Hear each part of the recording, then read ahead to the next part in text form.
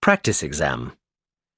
You will hear a number of different recordings and will have to answer questions on what you hear.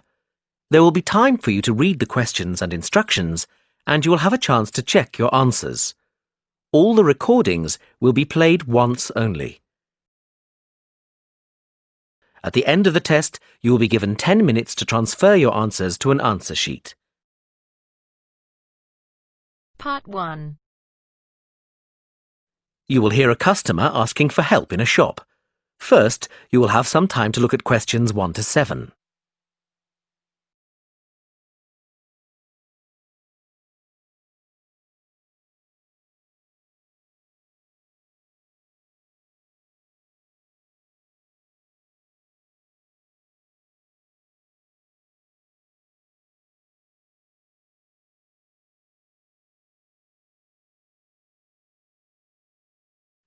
Now we shall begin. You should answer the questions as you listen, because you will not hear the recording a second time. Listen carefully and answer questions 1 to 7. Excuse me, where are the dresses? They're at the end of this aisle, on the left. Can I help you with anything? Yes, maybe. I'm not from around here, so I don't know this store. Well, I can help you with anything you need. Fantastic. I'm actually down here for my brother's wedding, and I need something to wear. I've just started a new job, and I haven't had time to get anything yet. I'm looking for something smart. Maybe a new dress. Well, what about this one? I think it's too hot for long sleeves. Yes. Well, this one has shorter sleeves, and it still has the bow, which I think is a nice detail. Or there's this patterned one. I'm not keen on a pattern. I think I'll go for the one with the bow. Do you have it in a size 10? Let me have a look. Yes, here. Great.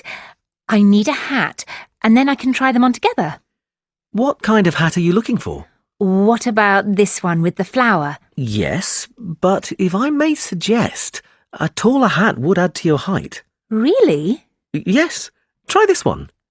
Oh, I see what you mean. We have this style with the single flower or with a small bunch, and it comes with a wide or narrow brim. I like the narrow brim and just the one flower. Can I have a blue flower? I'm afraid it just comes in cream. Well, it goes with the dress anyway. Great. I'll place an order and have the hat sent to you. It'll take about 2 days to be delivered. Is that okay? Yes, that's fine. I need to take down a few details for delivery. Can I take your name? Ellen Barker. And the delivery address? It'll be my brother's address. It's 14 Brightwell Avenue. 14... can you spell that, please? Yes, BRIGHTWELL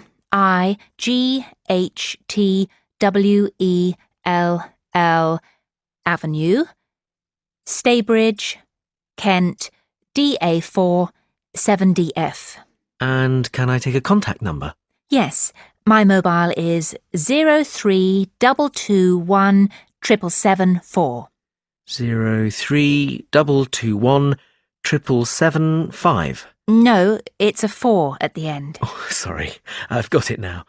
We can deliver on May the 12th. We can't specify an exact time, just morning or afternoon. Any time in the early morning is fine. And how would you like to pay? Visa. Great. That comes to £32.25. OK, thanks. Before you hear the rest of the conversation, you have some time to look at questions 8 to 10.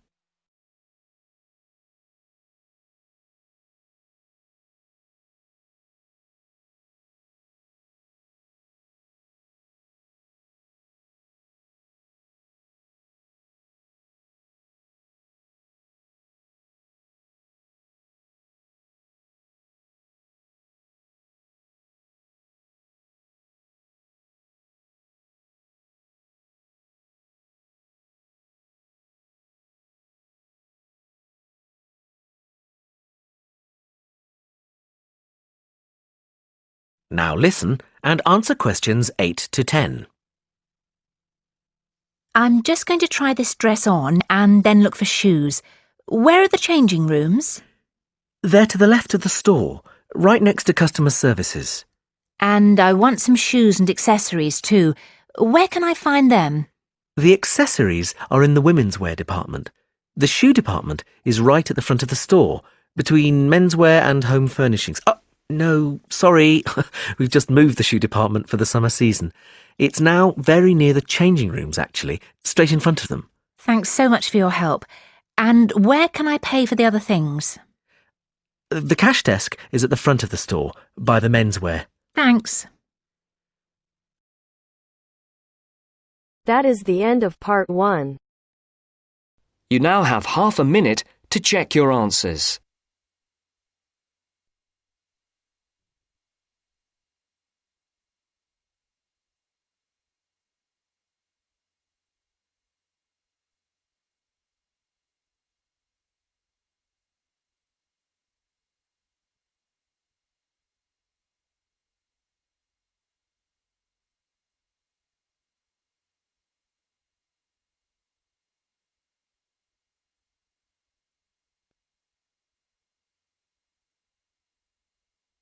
Now turns to part 2. Part 2. You will hear part of an introductory talk about a library. Listen and answer questions 11 to 15.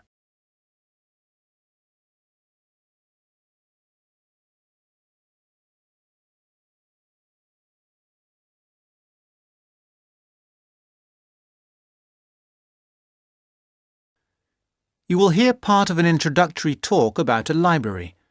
Listen and answer questions 11 to 15. Good morning. My name is Mandy, and I am going to tell you a little about the John R. Jones Memorial Library here at Blackwater College. We regard the library as a gateway to the resources that you, as students at the college, may need. The majority of you are full-time students. You may find you spend a lot of time here. Even those of you who are part-time students will no doubt require the services too.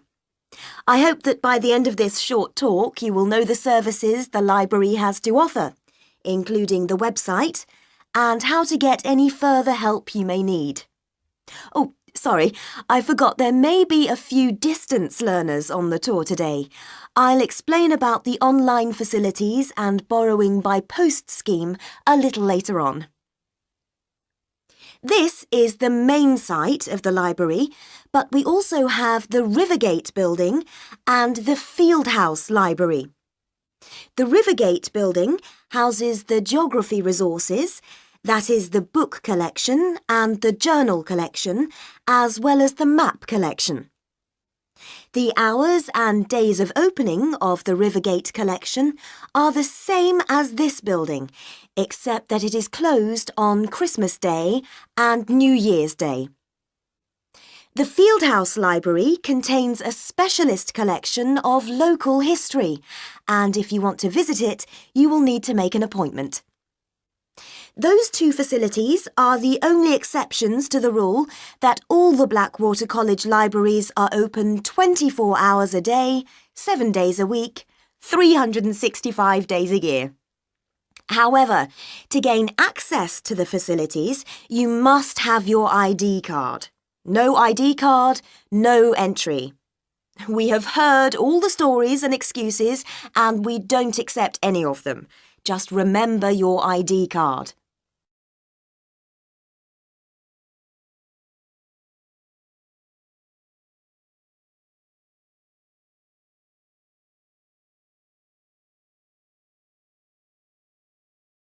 Before you hear the rest of the talk, you have some time to look at questions 16 to 20.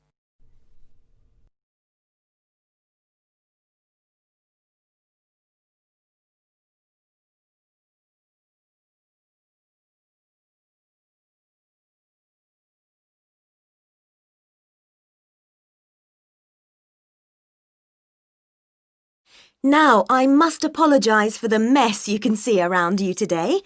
Libraries should be quiet places, but unfortunately this is not currently the case here. This new building has been here for only 2 months, and as a result we have not quite finished moving in. So far, we have moved most of the book and journal collections from the old library into this new building. There are two exceptions. We are currently moving the economics collection here, which should be installed by tomorrow, and we will be moving the French literature collection into this building next week. But as you can see, we are still building the new restaurant. We will finish it, we hope, very shortly. We have finished the cafe, however, and students can use it during the library opening hours. We have recently installed 150 computer places, and we will be adding another 100 shortly, so that there will be plenty for everybody very soon. Very shortly, this library will be one of the finest in this part of the country. Don't forget that the library isn't just about academic books. In addition to the books and journals, there is a wide range of national newspapers available from the librarians on request. I'd like to mention the different ways you can get help in using our resources. Don't forget our website at www.mlbc.ac.uk. There are the full catalogues, and journal access is available if you have your password and ID number. Now, any questions? That is the end of part 2. You now have half a minute to check your answers.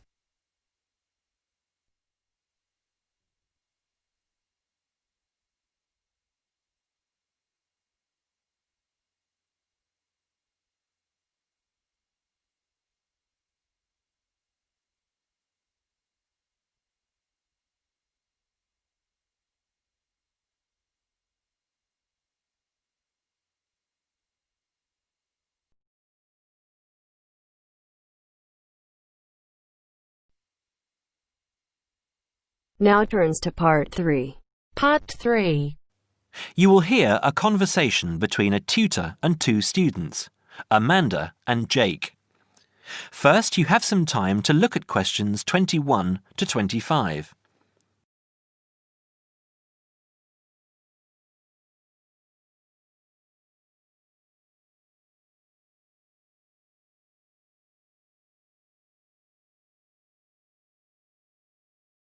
Now listen carefully and answer questions 21 to 25.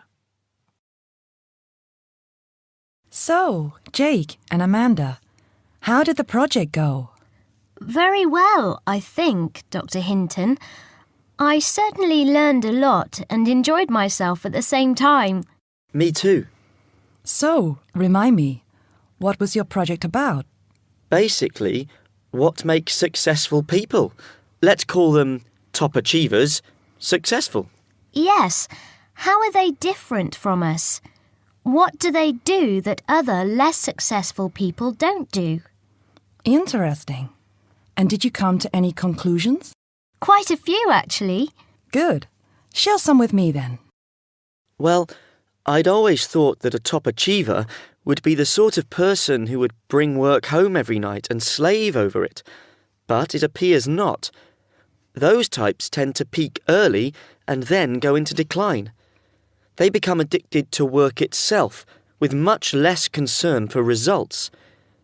We found that high achievers were certainly ready to work hard, but within strict limits. They knew how to relax, could leave their work at the office, prized close friends and family life, and spent a healthy amount of time with their children and friends. There's a lesson for us all there. Anyway, go on. It's also very important to choose a career which you enjoy, not just one that pays well or which assures you of a pension many years down the line. Surely that's important though, Amanda. Yes, I agree, but being happy in your work is far more important than anything else. Top achievers spend over 2/3 of their working hours on doing work they truly prefer and only 1/3 on disliked chores. They want internal satisfaction, not just external rewards such as pay rises and promotions. Before you hear the rest of the conversation, you have some time to look at questions 26 to 30.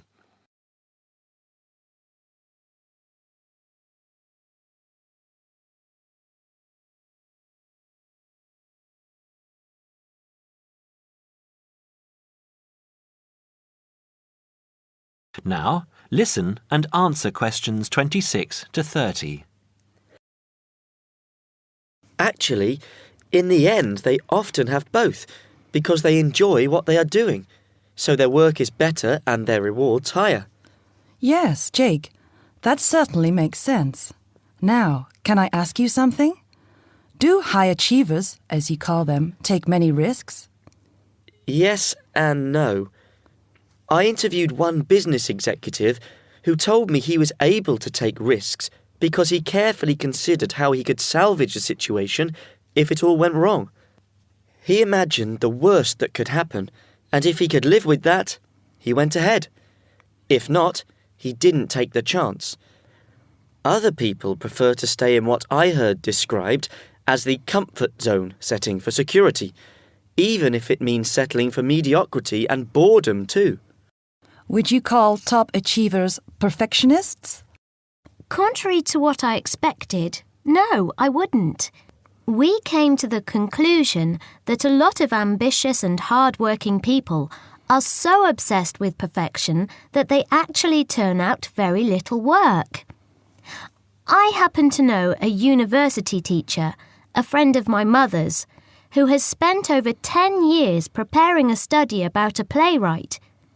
She is so worried that she has missed something, she still hasn't sent the manuscript to a publisher. Meanwhile, the playwright, who was at the height of his fame when the project began, has faded from public view. The woman's study, even if finally published, will interest few people. So, what has this got to do with top achievers? Well, top achievers are almost always free of the compulsion to be perfect.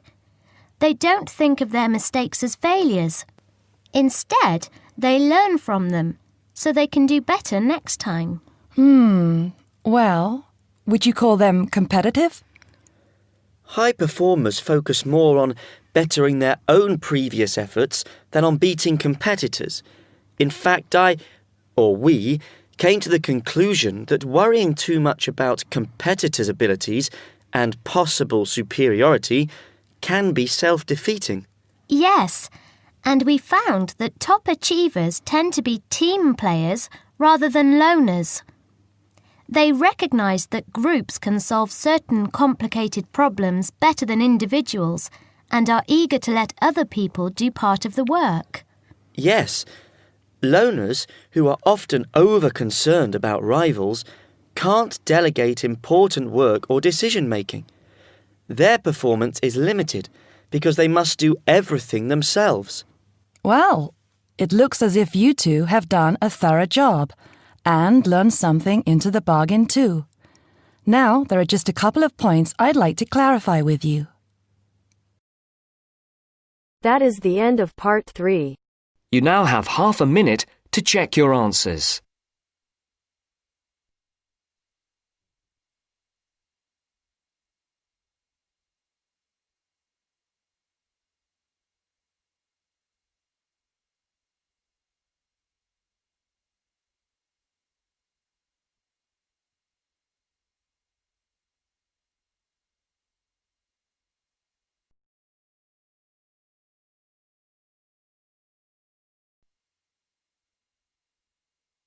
Now turns to part 4.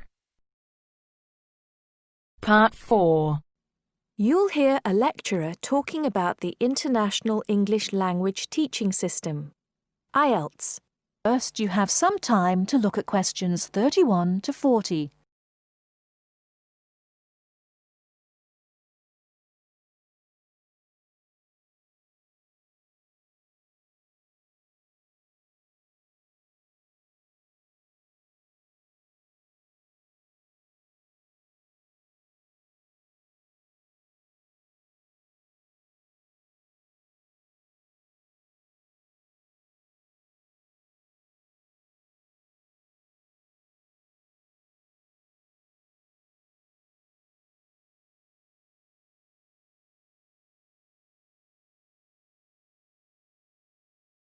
Now, listen carefully and answer questions 31 to 40.